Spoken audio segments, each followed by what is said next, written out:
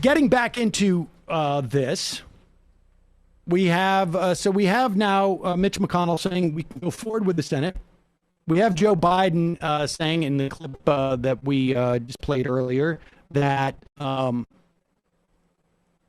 that he is open to some fine tuning of his $1.9 trillion package, but it's got to get it done. He reiterated his commitment to the idea that we need to spend while the economy is sputtering and people are suffering. Here is Joe Biden talking about unity. And again, I think, Emma, your point being that this notion of Senate comity, I want to make sure I don't say comedy, although I think they could be used interchangeably. Yeah, often. T, hard T. This has marked his entire career, and so I think it makes sense to take him at his word about it. But we will really know whether or not there is a limit that from which he will depart and move forward without this concept of unity. But here he is in at this White House press conference, asked, can you describe to us what unity is? Because we are now only 20 days out from where at least almost a dozen Republican senators, never mind about 120 some odd Republican House members, basically helped to incite an insurrection in the Capitol building. Here's Joe Biden. Or any sort of number of, or perhaps it's 50 plus 1 or 50 plus 2 or 75%. So given that it is such a key part of your message and your promise, can you talk and reflect a little bit more about what is unity when you see it and as you define it? Randy, I think it makes up several of the issues, the points you made. One is unity requires you to eliminate the vitriol. Make anything that you disagree with about the other person's personality or their lack of integrity or they're not decent legislators and the like. So we have to get rid of that. And I think that's already beginning to change, but God knows where things go, number one. Unity also is trying to reflect what the majority of the American people, Democrat, Republican, Independent, think is within the fulcrum of what needs to be done to make their lives and the lives of Americans better.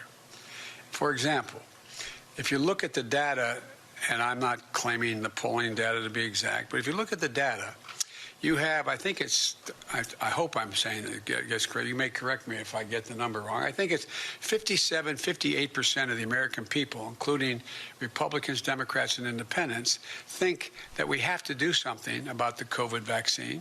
We have to do something about making sure that people who are hurting badly, can't eat, don't have food, are in a position where they're about to be thrown out of their apartments, et cetera, being able to have an opportunity to get a job, that they all think we should be acting, we should be doing more. Unity also is trying to get, at a minimum, if you pass a piece of legislation that breaks down on party lines, but it gets passed, it doesn't mean there wasn't unity. It just means it wasn't bipartisan. I prefer these things to be bipartisan because I'm trying to generate some consensus and take sort of the, how can I say it, the vitriol out of all of this. Because I'm confident from my discussions. There are a number of Republicans who know we have to do something about food insecurity.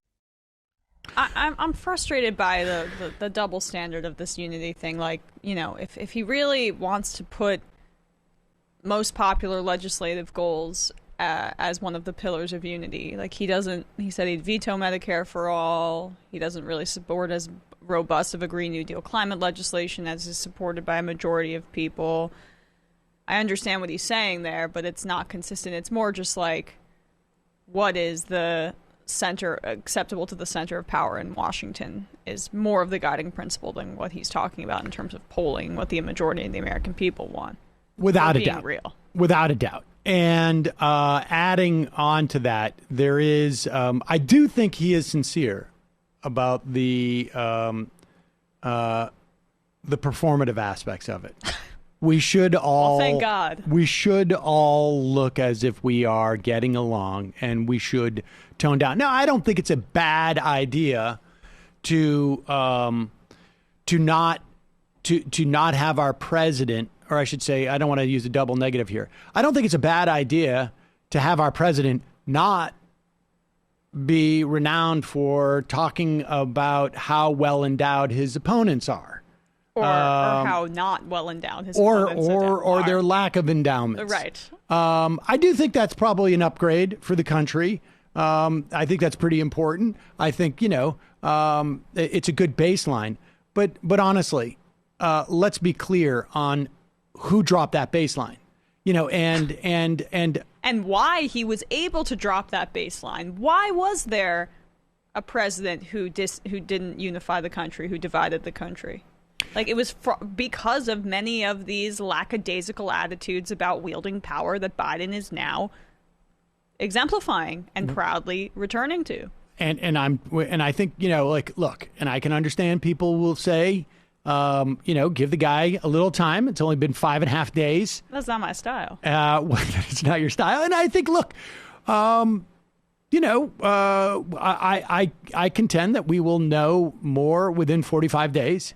And we will get a good sense of where this is going. But I think it's also, there's a very good argument that he needs pressure, and people should be at full attention as to what the president is doing and how they're reacting to the Republicans who, listen, I mean, if somebody wants to bet me on what the Republicans are going to do, I'm willing to take that bet, unless they want, if they want the obstruct side, then maybe I think we probably won't be betting. But if someone wants to bet me that the Republicans are going to come sincerely and follow this, I mean, I'm sorry, it's just absurd. Well, let's move into impeachment, and I'll tell you why. Right? Because here we have 20 days ago, they had to usher out the vice president of the United States from the Senate chambers, Republican, because there was an insurrection that was inspired, if not directly abetted, by the president of the United States. They came into the Capitol building shouting that they wanted to hang the vice president. And there were gallows erected outside of the Capitol building. Right. It wasn't that spontaneous of an idea. And there were lawmakers, and it's subsequently come out that there were multiple, at least members of the House, and it almost goes without saying, women of color in the House who were targeted, had received death threats from individuals who were in this insurrection. Specifically, Alexandria Ocasio-Cortez, that just came out yesterday. Yes, and others. And yet, we're now seeing things when we start to see the vote tally that is beginning to form, whether there are even Republicans who are open to the idea of impeachment. We are starting to see Republicans who are saying, well, maybe not. And there was a quote in here that I just found stunning because... While you search for that, do you want me to just say, so Trump is basically holding these senators hostage, really, because he floated the idea of a third party to the press, the Patriot Party, and that doesn't seem like it'll probably go anywhere, but the threat of it is freaking Republicans out enough because that could really jeopardize them. And he's also now saying, carrot and stick, well, maybe if you vote to impeach me, I'm going to back a primary challenge against you. And so the tones are shifting a bit.